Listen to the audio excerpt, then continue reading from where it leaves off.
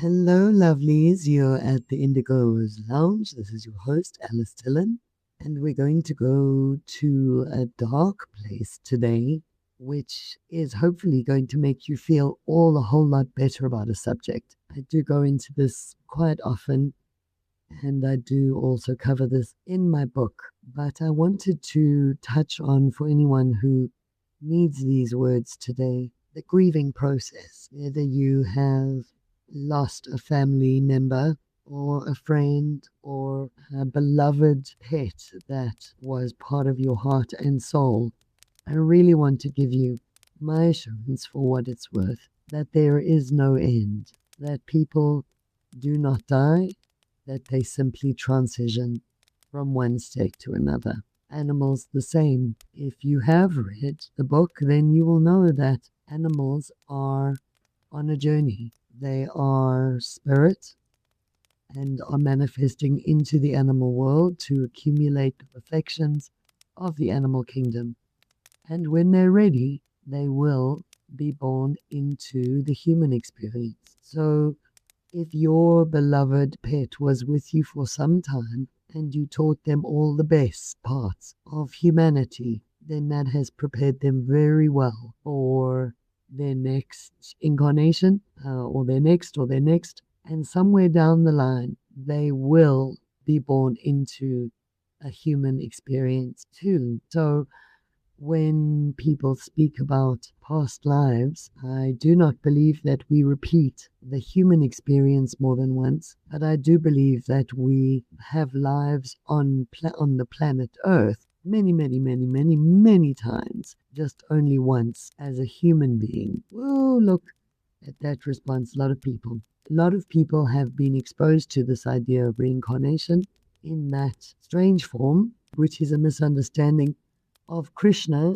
having said to his followers that, or having said to a man at the side of the road, don't beat your cow, because that could be a member of your family. Everybody assumed that he meant that that member of their family had died and become a cow. But actually, that's not what he said. And so this person could be a member of your family one day. So that cow is on a journey, and that could be your child or your child's child. People also point to the knowing of children. So children knowing what they call past lives. But that experience is also not proof of a previous life, because children are very close to their fairies. They're very close to their ancestors or guides, and they can share memories with the people that protect and support them from the next world. So I've had that experience when I went to the UK, and with my entire ancestry being from the United Kingdom, various different parts, there are many places I can go to in the UK that I feel like I have been to before. But I am clear enough in my communication that those are not my memories, that those are the memories of my ancestral line. So while we only have, in my opinion, one human experience, after this physical human experience, sorry, there's another element of that if you're looking for the truth of this, there is no example in nature or in the world where life repeats itself. Life never goes back on itself. It never goes backwards. It only ever moves forward. And so we come to this one human experience to acquire and learn how to work with energy, basically. Well, and that's the verbiage there is not terribly correct, because we have been learning how to work with energy from the beginning. From the mineral kingdom, through the vegetable kingdom, into the animal. We've been learning to work with energy all that time, because everything is frequency, and quantum physics tells us that there is no solid stuff. It's all energy. So we have been learning. We've been on this journey of learning how to work with frequency and how to work with energy all along. And here we are in this human experience where we can now work with energy at a whole different level. We can not only experience emotion and thought and intuition and contact with the next world, but we can also manifest into this reality from thought and from emotion. So whereas before we might have been focused on the material creation, harnessing energy to create material manifestation, this way we are also setting pictures in our minds through our thoughts and our feelings, and then bringing that reality into our present life experience. So harnessing spiritual capacity is part of the human learning through all of this. And so when souls depart this world, they leave their physical bodies. They merge into the next world. So I can tell you my experience of that. When the experience is sudden and unexpected, it can take 4 days to a week in human time. Remember, it's our physical reality that is confined by space and time, and not so much the next world. The next world, although departed souls will stay close to this world in the beginning. And so, in my experience, 4 to 7 days before they really get a handle on what's happened, their spirit selves does stay with their physical body for a period until they really figure out, no, I'm really not getting back in there. And then they will start to drift away, which is why it's so important not to cremate, because that is traumatic for the departed soul to watch the destruction of their physical form. It's a very unsavory experience, and it's quite traumatic for a newly departed soul. So burial is always best, and however your customs or your belief system frames that, burial is good. And initially, yes, if you go to the place of burial, absolutely, that might put you in the right space to communicate with them. However, it's absolutely not necessary. After a short time, they will get a handle on traveling about, and they'll find you. You don't have to go to them. That takes a few weeks, but they will show up. And here's the fascinating thing about souls who depart.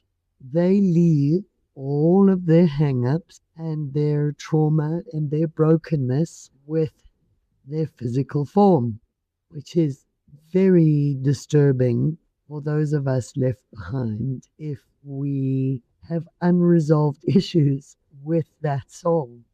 If someone that really caused you trauma or pain in life departs their human reality, in the next world, they will be a shiny, happy, beamy spiritual being with none of the garbage that they inflicted on you in life.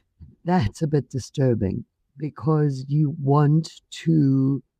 hold a memory of them that is saturated with that trauma or with those unresolved issues, but they've left all those issues behind them. They are no longer carrying either the personality traits or the brokenness that they did in life. And so here you are, as a spiritually perceptive person, perhaps you can already have some form of communication with them, and you make contact with them, and they're now a shiny, beautiful spirit being with none of those personality traits that you experienced around them or from them in their life. And so now the only place that the person who inflicted any pain on you is in your memory and is in your own self. And that's completely unsatisfying. Let me tell you, it's completely unsatisfying, because now you want to have a conversation about all the stuff that they did to you and all the things that they got wrong, and that person that did those things and got those things wrong no longer exists. And there is a stark difference, because in this human experience, we are greatly influenced by the need for survival, by survivalist mentality, by the victim paradigms, by all the weight of struggle that humanity finds itself in at the moment. And that crafts, as well as anything else, the personality of the human experience. when all of that falls away, and when a person is no longer, soul is no longer struggling for survival and feeling defensive or carrying their ancestral baggage, all that remains is a soul that, even if you had a bad experience with, perhaps did enough good things in their lifetime that they grew some skill on a spiritual level. And so in the next world, they're now a shiny, happy, joyous soul. And it's difficult to experience people, souls, in that state when in life they were perhaps not that. So they do emerge in the next space without any of the garbage that they carried here, and they get to stay around their line, their ancestral line, to clean up any detritus that they either caused or passed on into their line. And they also get to learn vicariously through us. So any lessons that they did not harness while they were in their human experience, they're given the opportunity to learn those lessons through their line, through their descendants. If they have no descendants of their own, they just pick someone who is focused in an area that they need to learn about, and they hook on there and support that person. There's no detraction. There's no negative impact on the person they learn vicariously through. And you will find, as many indigos do, if you are the black sheep of the family, so to speak, if you are the one member of the family who is awake and who is leaning into your spiritual perception, you will find that most of your ancestral line end up with you. They might flit around and visit others, but for the most part, they're going to come to you, because if you are living spiritually insightful life, you're asking big questions, if you're reaching for better, then you're going to be the best show in town. You're going to accumulate a following. And one of the best things you can do for that is, in whatever way you pray or acknowledge or offer appreciation or raise vibration, whatever your way is to do that, if you do that for them on their behalf. So if you perform gracious acts in their name, and you don't have to choose one name, you can just say, on behalf of my line or my ancestral line, or on behalf of all those who love and support me. Or you can do traditional prayers. I have few ancestral prayers that I have posted around social media in various places, non-denominational. You can find those. But just offering prayers for them is really not only great for them, it's also good for you, because as you raise their frequency, they're hanging around with you. That's naturally going to raise your frequency as well. So you see, win-win all the way. They hang out with you because you're the best show in town, asking the big questions, fighting the good fight. And they're learning with you and through you and from you. So they never fall. Same with your pet friends. I have a pack that follows me. I think they're about up to 30 by now. I have a pack of dogs, cats, horses, and other wonderful beasties that are with me. They do phase in and out because they go and have additional experiences, living experiences on planet Earth.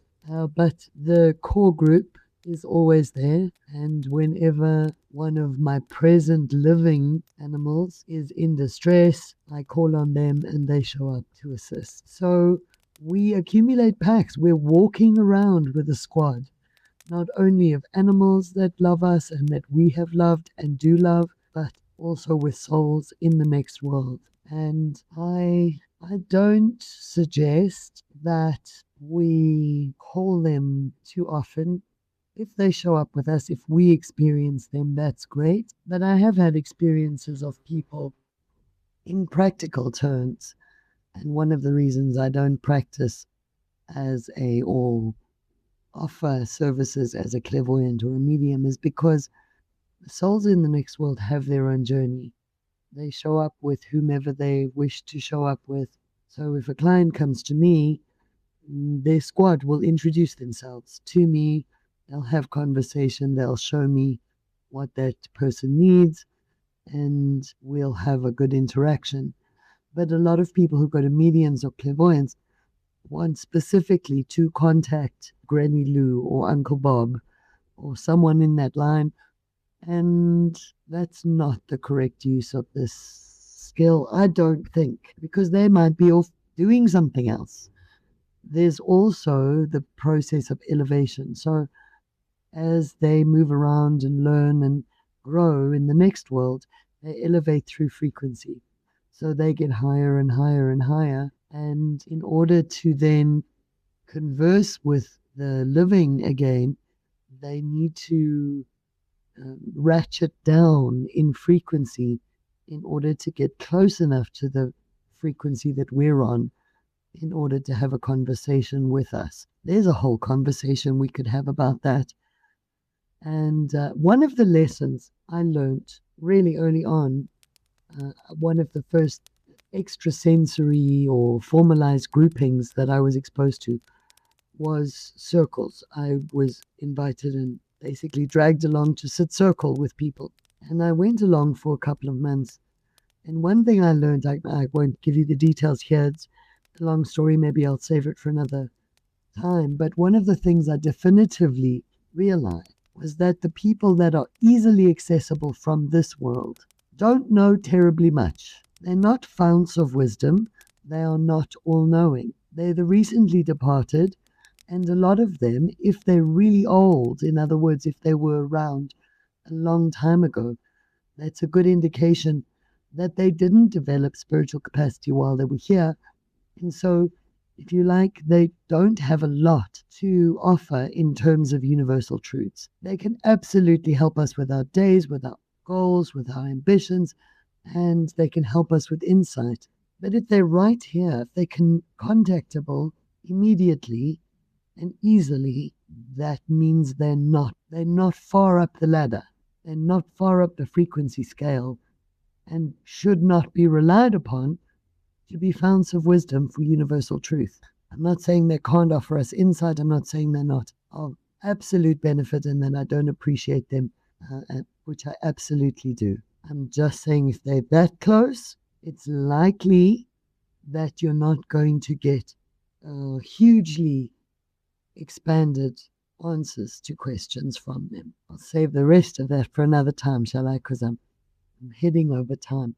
But I just wanted to give you assurance, just from one person who's lived my whole life with one foot in each world, that your dearly departed don't go anywhere.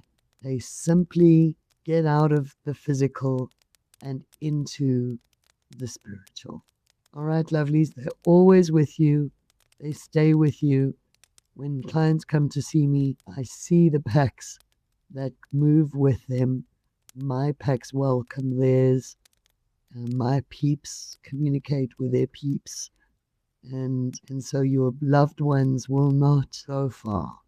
They will stay with you. An interesting one there is a dear friend whose wife I knew and who left the mortal plane in the time I knew him. And she stayed around for a long time. She gave a lot of messages to him through me, which he understood really well.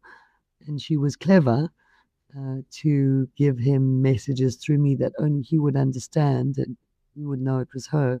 But then when he made the decision to remarry, it's not that she left, but she withdrew her presence from him, which I thought was very decent and kind and graceful. And it's not, there's nothing negative there. It's simply an act of grace. And I have no doubt that they will meet up in the next world and will share beautiful things ongoing. So there we go, dear hearts. I just thought I'd touch on the practicalities of this in the next world, that your loved ones are still very much with you. And if you miss them, and I know that feeling, some days I miss my mother's face. I miss her face. But I never miss her because she's always here and she lets me know she's here many, many times a day. So I thank you, and I thank you for loving people enough to miss them. But please, one of the things that does never serve them is for you to get stuck in grief from the missing of them. Sadness does not enhance our journey. What does is to love always.